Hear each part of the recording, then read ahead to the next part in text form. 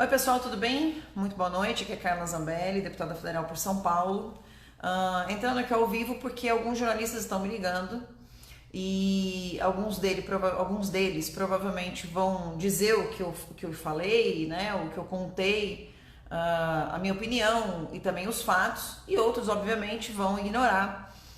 Mas eu sempre prefiro fazer isso direto com você, aqui olho no olho, para a gente poder bater um papo, trocar ideia e tentar entender as coisas como estão acontecendo e como são as coisas de fato, certo? Vamos lá, algumas pessoas estão aí em dúvida em relação ao que o presidente falou no caminhão de som lá de Brasília, antes de vir para São Paulo, sobre chamar o Conselho da República, né? O que seria o Conselho da República?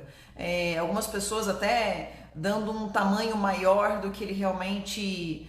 não que ele não seja importante, ele é muito importante, pode resolver diversas coisas, mas dando uma conotação diferente da real, tá? Conselho da República, o que é, gente? Ele foi formulado na Lei 8.041 de junho de 1990.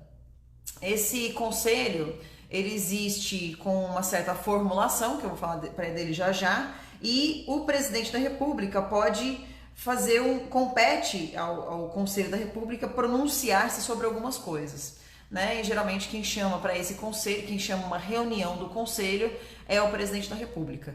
Esse conselho é formado por outras pessoas também. Tem gente que está dizendo, mas o Conselho da República é um conselheiro do presidente que só pensa como ele? Não, muito pelo contrário. Vocês vão ver como é plural esse conselho, tá? E em seguida eu vou dizer para que esse conselho serve.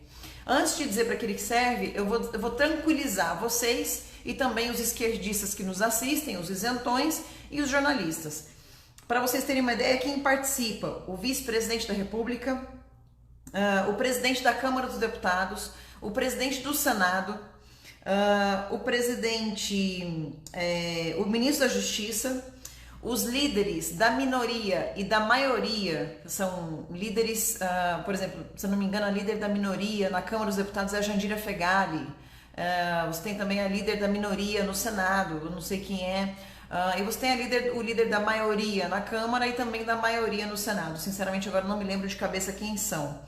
O ministro da Justiça, também tem 6 cidadãos que devem ser brasileiros natos, tá? 2 são votados, tem que ter mais de 35 anos, 2 são votados com mandatos de 3 anos, né? Aqui 2 são eleitos pelo Senado, 2 eleitos pela Câmara e 2 nomeados pelo presidente da República. Ou seja, tem bastante representatividade, tanto pela Câmara quanto para o Senado, maioria, minoria, enfim, várias pessoas ali participando desse Conselho da República. E para que ele serve então, afinal, né? Para 2 ocasiões que estão no artigo 2 dessa lei, tá? No artigo 2º dessa lei. Número 1, intervenção federal, estado de defesa e estado de sítio, tá? Não sei se vocês se lembram, a gente teve uma GLO, uma intervenção federal que foi votada na Câmara dos Deputados ainda na gestão Temer, em que houve uma intervenção federal no estado do Rio de Janeiro, vocês se lembram disso? Uma intervenção para segurança. E a gente também tem estado de defesa ou estado de sítio para ocasiões específicas. E também um segundo ponto que eu acho que é o que mais se encaixa aqui para questões relevantes para a estabilidade das instituições democráticas. Eu quero crer que esse é o ponto, não conversei com o presidente, mas eu quero crer que este é o ponto, artigo 2º, parágrafo 2º, que ele levou em consideração para poder fazer esse chamamento, né, dizer que vai convocar essa reunião do Conselho da República. Questões relevantes para a estabilidade das instituições democráticas. Alguém pode dizer, mas espera aí, está havendo algum tipo de instabilidade?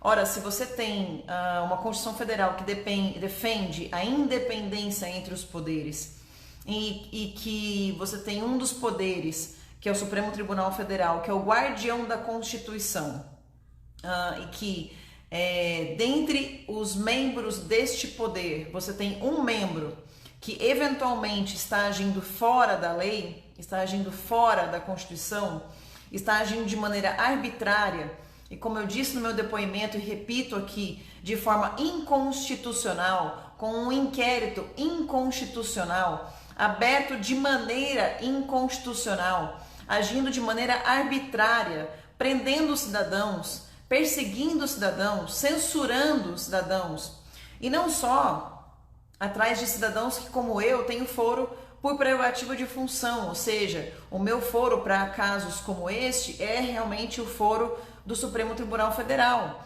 Mas tem casos ali, né, de prisões que foram decretadas, como a do Zé Trovão, como aquelas anteriores lá da Sarah Winter, agora também o do Wellington Macedo, um jornalista, se não me engano, o Deusvaldo Eustáquio também foi decretado ali no âmbito do STF. São pessoas que, primeiro, foram investigadas com abertura de inquéritos de ofício, né, em várias delas sem o pronunciamento da PGR, não houve a devida distribuição do processo legal, não houve defesa das partes, não houve sequer, no meu caso, por exemplo, abertura do inquérito para saber se, por exemplo, quando eu fui ouvida agora domingo, eu não pude sequer escolher a data, eu fui obrigada a ser ouvida no domingo.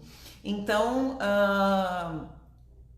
teve várias ilegalidades aí no meu caso, só para citar meu caso.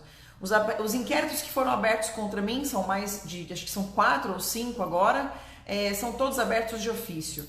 São todos, eu não tenho conhecimento de acusação da PGR. Eu não sei qual é o meu caso dentro desses inquéritos, se eu sou investigada, se eu sou testemunha, né? Que tipos de crime eu cometi. Eu não tive acesso aos autos. Esse último, para o qual eu fui ouvida no domingo, eu sequer soube por que eu estava sendo ouvida, né? Qual era o intuito daquela oitiva, e não pude escolher a data. Como parlamentar eu poderia escolher a data, o local, o horário, deveria ter tido acesso aos autos, enfim, são diversas infrações que estão ocorrendo. E aí algumas pessoas questionaram, a mesma coisa que eu estou falando para vocês aqui, o presidente também falou com outras palavras, talvez usando outros jargões, de uma maneira mais masculina de falar, mas basicamente ele defendeu todos nós, né, essas prisões políticas que vem acontecendo, e pediu para que se libertassem os presos políticos do nosso país, né? O Roberto Jefferson quase morreu na prisão porque ele estava sofrendo de pielonefrite. Eu já tive 3 pielonefrites, a terceira quase morri com sepsemia, que é infecção generalizada, é algo seríssimo, e ele foi preso nessas condições, estava lutando contra um câncer até pouco tempo. Então, assim, a gente tem dentro do Supremo Tribunal Federal um dos membros agindo de maneira mais militante, né, de uma maneira muito mais militante do que jurídica. E aí nada mais natural do que a gente criticar as atitudes de um membro de um determinado poder. Então, se o presidente fizesse a convocação do Conselho da República, acredito eu que seja para poder falar sobre essa estabilidade entre as instituições. Todo o país, ele defende que entre as suas instituições, e Montesquieu agora deve estar se revirando no caixão, mas as suas instituições, elas têm que ter estabilidade, independência entre os poderes, né?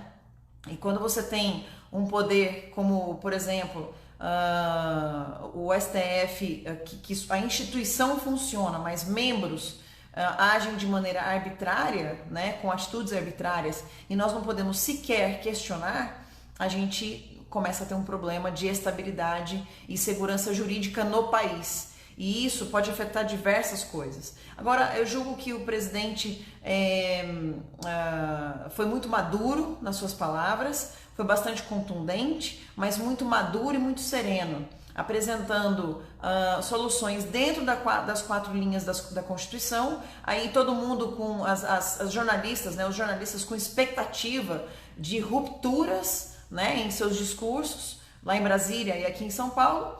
Ele nada mais fez do que criticar atitudes, coisa que é passível de qualquer cidadão, no livre exercício da sua opinião e da sua manifestação, e falou lá em Brasília sobre esse conselho.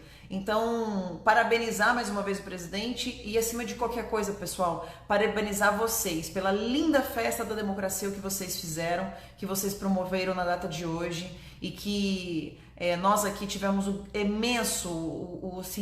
imensurável prazer de participar mais uma vez. Esses 10 anos de aniversário de manifestação que eu participo nesse dia 7 de setembro, desde 2011, para mim foi uma grande alegria saber que nos livros de história que meu filho vai estudar e que meus netos vão estudar, os nossos netos, nossos bisnetos, estará ali, dia 7 de setembro de 2021, uma data histórica em que os brasileiros foram às ruas para gritar por liberdade. E eu peço que vocês depois assistam o vídeo do Manifesto pela Liberdade que a gente fez na Paulista e espalhem para os seus amigos. Mas esse foi um vídeo para a gente poder conversar aí e esclarecer, né? Para a gente poder ficar mais sereno. Ninguém quer criar ruptura nenhuma. Depende tudo agora de como o Fux vai levar essa situação adiante. Ele pode, como presidente do STF, levar de uma forma madura, enxergar que essa lei é uma lei que existe, está aí para ser utilizada quando em momentos de instabilidade institucional, e que nada mais justo do que o nosso presidente poder convocar o Conselho da República para conversar, tá bom? Como pessoas adultas que somos, conversarmos o futuro do nosso país e chegarmos a um denominador comum. Então, pessoal, um grande abraço para vocês, fiquem com Deus e até a próxima. Muito obrigada por hoje.